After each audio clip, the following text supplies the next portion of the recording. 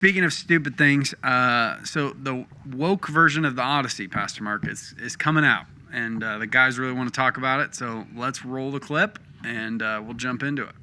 Seems like this year, things might finally be changing. Christopher Nolan has turned his gigantic quantum space brain away from discovering the secrets of the universe and assembled one of the biggest all-star casts in modern Hollywood for The Odyssey, a retelling of Homer's epic saga about the Greek king Odysseus and his decade-long journey to get home to his family after fighting in the Trojan Wars for another 10 years before that. Meanwhile, his wife has to keep the home fires burning and contend with the unwanted advances of men who want the crown. Anyway, stories don't get much more epic than The Odyssey. It truly is one of the great adventures in human history, blending together mythology, religion, monsters, and the unbreakable determination of the human spirit. And bringing it to life on screen is a challenge that will strain the very limits of modern filmmaking. Problem is that The Odyssey was originally written in ancient Greek, obviously, meaning that it has to be translated into English for it to be legible. And what kind of story you ultimately get very much depends on which translated version you reads. In this case, Christopher Nolan has publicly stated that he's a big fan of the 2017 adaptation of The Odyssey, which was translated from Greek by British writer Emily Wilson. Why exactly does that matter? Well, because Emily Wilson just so happens to be a hardcore progressive feminist who specifically set out to reimagine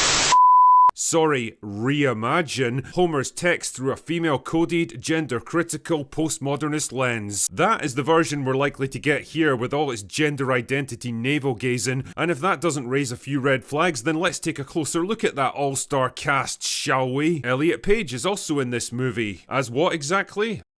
No, a drummer boy maybe? Page is like 5 feet tall and weighs 90 pounds soaking wet, so I don't really see how they're gonna fit in amongst all those big Greek soldiers and terrifying monsters. Lupita Nyong'o is widely rumoured to be playing the Greek princess Helen of Troy, which if it turns out to be true would make about as much sense as Papa Asuido playing Severus Snape, but hey, what can I say? It's Hollywood, baby. Thank you, Rachel. Well, it's going to get a lot gayer, Pastor Mark. Yep. I mean, this we'll just get the dude from Bud Light and throw him in the mix. So it's not business, it's not entertainment, and it's not mainstream. It's not business. Woke progressivism is a secular cult, and the goal is not profitability, but to evangelize and convert people to worldview. Yep. So movies are selling worldview. Movies are sermons. When most people consume a sermon, they're actively engaged. With entertainment, you're passively engaged. So a movie is a sermon. It's a way of communicating a worldview. I read that they're going to dump like $250 million on this project. His most expensive movie ever. Shot with all IMAX cameras. First ever movie to have that happen. And so the goal is to wow you with technology while they convert you to progressive ideology. I pulled the stats. Thought you might find this interesting. I pulled up the top woke movies that have failed and how bad they failed. So Snow White this last year, $370 million all in between marketing and production. They lost $170 million. Does that include like going to platforms and on demand and international? All the money they brought in, they lost. Gosh, they only brought in $200 million from a movie that they spent almost $400 million on.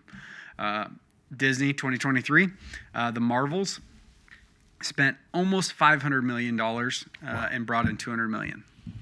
A $300 million. That's not a business. That's not a business. $300 million. I don't know if people can grasp the delta there. $300 million loss. Indiana Jones 2023, Disney, they $516 million. They only brought in $350 million. So a lot of these are Disney. All the Disney woke movies that have come out. Buzz Lightyear, the woke same-sex kiss. They cut, but there was still the lesbian couple in it. Budget $250 million, and they only brought in $200. It says they lost $106 million, so there's some numbers missing there. But just woke movie after woke movie after woke movie that just fails. Hundreds of millions of dollars just lit on fire to preach an agenda.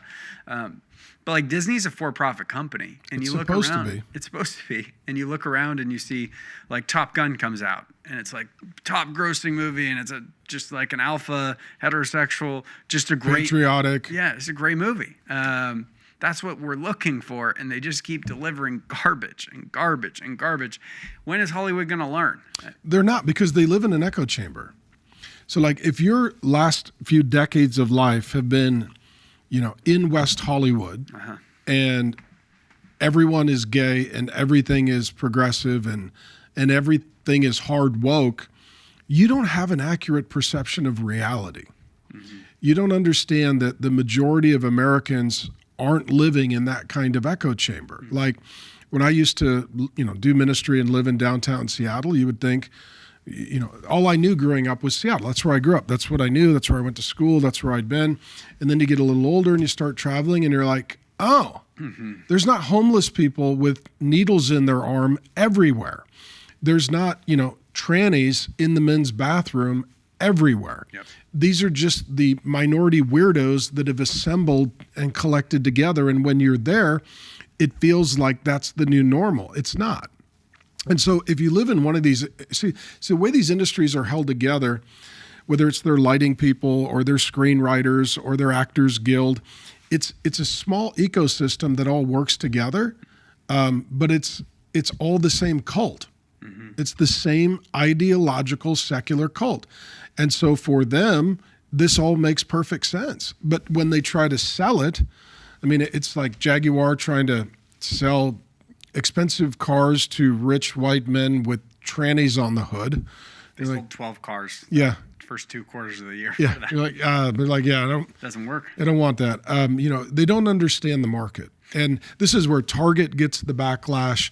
This is where Bud Light gets the backlash. It's like no one is learning. Like, this is an electric fence. If you urinate on it, you're going to get tasered. But they just keep doing the same thing. The return, a fool to their folly on this one, where it's just you return to the vomit and eat it again. Let's try it one more time. Maybe it'll work this time. It was funny that one of my favorite things I've seen on the internet this year, the White House posted a reel, and it had a bunch of movie clips, and it was some epic video, just kind of mocking Iran and everything going on over there. And they had a Tropic Thunder clip in it that was very funny. Was that the bomb Iran? I think so. See, that was pretty great. It was really great. And then Ben Stiller comes out and he's like, hey, war is not comedy or entertainment. And hey, you filmed one of the funniest war movies ever, Tropic Thunder. And you mocked everything all these guys do for 2 hours, and it was hilarious. And it's one of your top movies. The White House is mocking the same thing, and they're using you to do it. But, that's out of bounds. Yeah. You literally profited off this. But that's where they believe that their ideology is moral. Mm-hmm. And so there's a seriousness about their art, that their messaging is as serious to them as a sermon is to a preacher. And that is, I am presenting my ideological worldview, and it needs to be accepted and celebrated to confirm sort of my greatness and my intellect and my wisdom. And if it's rejected, I'm personally offended, because this art is my baby. Mm-hmm. And this is the downside with artists. For them, their art is their baby. And if you say, I don't like your art, you're slapping their baby. You're calling it an ugly baby, and they get very defensive and very emotional, and then they get very triggered, and then you realize they're actually taking all of this very seriously. Yep. Yeah, it's wild. And to your point, we were just in Palm Springs last week. It's 50% gay population. Oh, I know. Elton John is the patron saint of Palm Springs. So the reason why I looked it up, because I was like, this is just weird. We tried to stay in a resort, and they're like, we don't have children aren't allowed here. It wasn't a gay resort or anything. They're like, we just don't like children. So, and it's not on their website or anything. We're just like, no. And Indy's a great guy. But I looked it up. I was like, why is Palm Springs so gay? And it's because in the 50s and 60s, all of the actors had a 2-hour contract rule where they couldn't go anywhere further than 2 hours away from Hollywood. So Palm Springs was an hour and 45 minutes away. So it was the Hollywood playground. They would all go there. And so no kids allowed and super gay. And that was in the 60s, 70s. And now it's the gayest place on earth, literally. 50 to 60% gay population of who lives there. So to your point, Hollywood's kind of, they've been preaching the same agenda.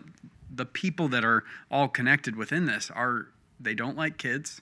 They don't like marriage. They don't like Jesus. And that's the people preaching to your kids writing the Disney movies. Yeah, and it reminds me, so there's a gal, Camille Paglia. She's got a couple volume set on the history of Western art. She's a bisexual, atheist, lesbian. So normally we're not on the same team. Let's hang out. But she makes the case that with Western civilization, when Christianity began to rise, that a lot of people think, well, it crushed paganism in the West. It didn't. She makes the argument that paganism moved over into art and entertainment. Interesting. And so Christianity didn't dominate in the sphere and the space of entertainment and the arts. And so it has always been pagan. Whereas, you've got Thomistic law and Thomas Aquinas in the realm of law.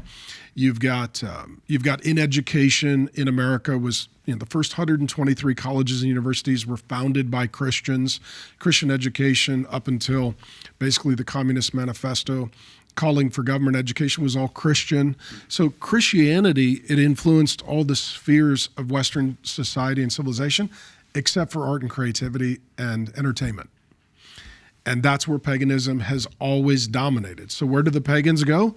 They go into entertainment and the arts, and it's transgenderism, it's paganism, it's the worship of the environment, which is pantheism, panentheism. And so, that's all that it is. And so Hollywood is just one of those outposts where Christianity has never really been that influential in the realm of entertainment and the arts. And we assume it. So as a Christian, you're like, well, it's just godless, it's evil, it's pagan, it's demonic, it's perverted, it's tranny. Yeah, it is. That's their religion, that's their cult, that's their church. Yeah, 100%. And it's dangerous for your kids to be just exposed loosely to this. We talked about that last week. Is you have to be so careful what you allow your kids to watch. And I was just thinking about it. You reference like Bud Light and Jaguar and some of those. Marketing is art. I see marketing as art. It's formed art for the last. It's messaging. So it's creative. So it's the creatives that are destroying the companies. Yes. Because they're artists and they're 100%. And a lot of the times it's not your HR, it's not your accounting that is coming up with these ideas. No. They're just paying for it. Yeah. Sorry, I was just processing that. It's interesting. It's a very insightful take on it. Just trying to understand, why are these companies doing it? It's really not the companies. It's the artists that companies hire. It's like, okay, I think that makes sense. Let's try that. It's like, no, that was a terrible idea. Because then the creatives they'll go to accounting and say, we need this money because this is where culture is at, and this is the messaging that'll move the product. And accounting and HR and legal and those sides of the business, the back of the house, they're like, oh, we don't know. Yeah. So then you go for it and you're like, the creatives do not know the market. No. Because the creatives think they're the market. Yes. 100%. 100%. Yeah.